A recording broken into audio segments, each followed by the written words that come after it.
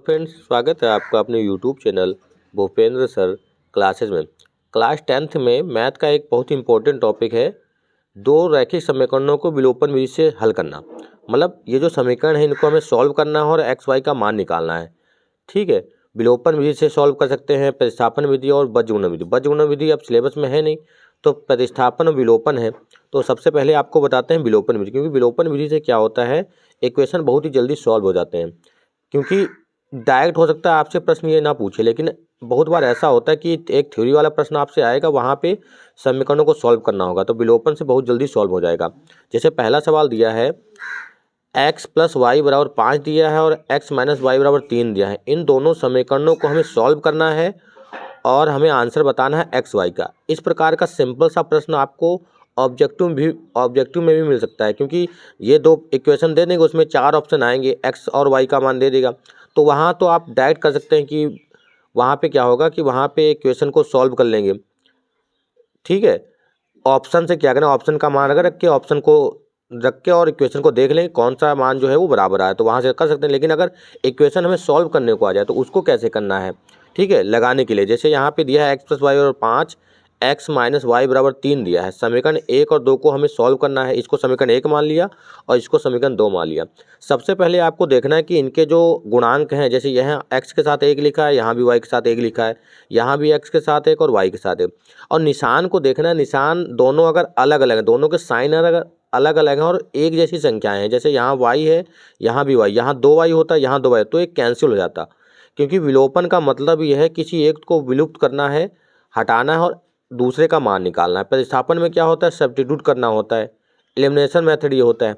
तो समीकरण 1 और 2 को हम जोड़ेंगे। समीकरण 1 और 2 को जोड़ने पर, समीकरण 1 और 2 को जब जोड़ेंगे तो यहाँ पे समीकरण 1 है, यहाँ पे समीकरण 2, तो समीकरण 1 और 2 को हम जोड़ने में निशान चेंज नहीं होगा। आपको ये याद रखना है, अगर जोड़ रहे हैं समीकरण को वहाँ पे निशान चेंज नहीं होगा। यहाँ पे अगर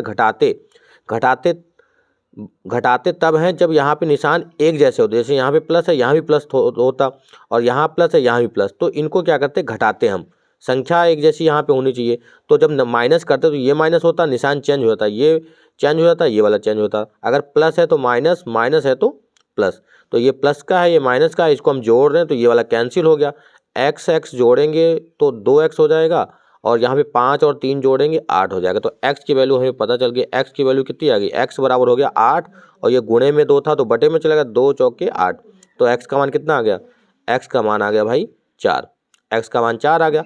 अब x का मान समीकरण 1 में रखने पर, x का मान समीकरण 1 में रखो या समीकरण 2 में रखो, किसी एक में मान रख के आपको सॉल्व कर देना है तो इक्वेशन सॉल्व हो जाएगी, दूसरा मान आ जाएगा। x का मान समीकरण 1 में हम जब रख रहे हैं तो यहाँ पे क्या था, x + y = 5 था, x + y = 5 था, तो यहाँ पे हम x का मान कितना रख रहे हैं, x की जगह पे रख रहे हैं 4 + y = 5, तो y बराबर हो जाएगा 5, प्लस का 4 उधर जाएगा माइनस का 5, तो y का मान आ गया 1।